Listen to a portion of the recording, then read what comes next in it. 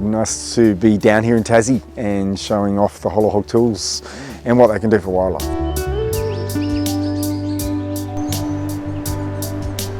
Glad that you managed to buy one, Ben. Thank you. Yeah, I loved seeing your demonstration. I knew I had to get one. Absolute no-brainer. Once you've got them and you've got a tool and you go, wow, all of a sudden it gives me the opportunity to start carving hollows that replicate as closely as possible natural tree hollows. And we're losing so many in the landscape and they take such a long time to form. Start on a bit of an angle.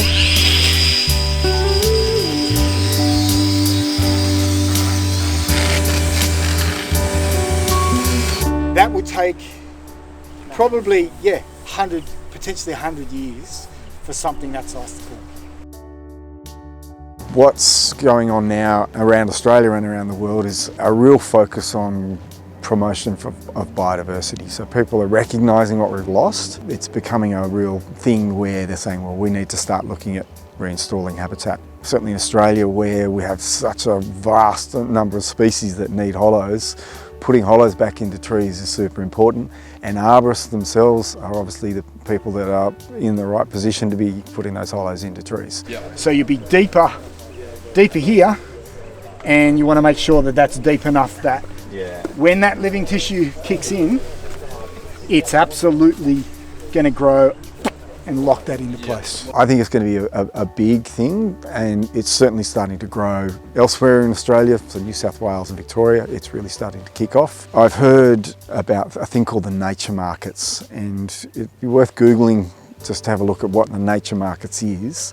And there's all of these people and organisations and corporations that are lining up to try and put money into creating opportunities to do habitat restoration. If we can tap into even a small proportion of that, it's going to become a big thing. Yeah. I spent a couple of years at least perfecting it. The base model took about 6 weeks before that was out. There'd been a lot of thinking, so I used to work on the north coast of New South Wales and drive an 8-hour drive every week on the way home, and that was my thinking time and coming up with little ideas, and then eventually worked with an engineer. And when people put cameras up, that's the bloody most awesome thing. You get some footage of something using your habitat. It's like, how unreal is that? Like, how do we know how to make the right kind of hollow, and how do we make the right thing for the right species in our location? And often linking up firstly with local ecologists is by far the best option, because local ecologists will say, well, we've got this range of species that occur in this area, they live in this type of habitat, they are wanting a hollow that's roughly these dimensions. So that helps, and then I can help finesse the rest of it, as in, look, we've done lots of trial and error and this is the best way to do a hollow for that species. The other thing is, being arborists that are up trees all day, if you're out there looking around and you come across a nesting bird or an animal living in a hollow, take a picture of it and say, okay, well, I'm going to now try and replicate that, because I know that species likes to use that type of hollow. If you're also up in the trees and you're finding lots of empty hollows that don't look like anything's using it, well, that's also an indicator, well, that particular type of hollow isn't right for the species in this area. So it's then just kind of refining your process to only work on hollows that you can see are occupied in the area. A lot of species are happy to use a range of hollow sizes. For example, a brush-tailed possum, which is super common, but it'll sit and park itself up on a fork if there's nothing available.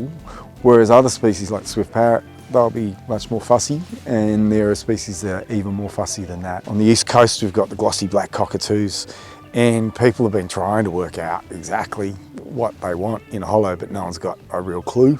They know they like a steep entrance, like 45 degrees and more vertical than that, and they like to drop down into a hollow. But beyond that, no one's got a real clue. And there's lots of researchers out there doing works on species like that, or greater gliders. There's PhD projects, honours projects galore going on to try and tease out all the elements of a hollow, and hopefully the Hollowhog tools are going to help teasing out process. Awesome. Good on you. Lovely to meet you.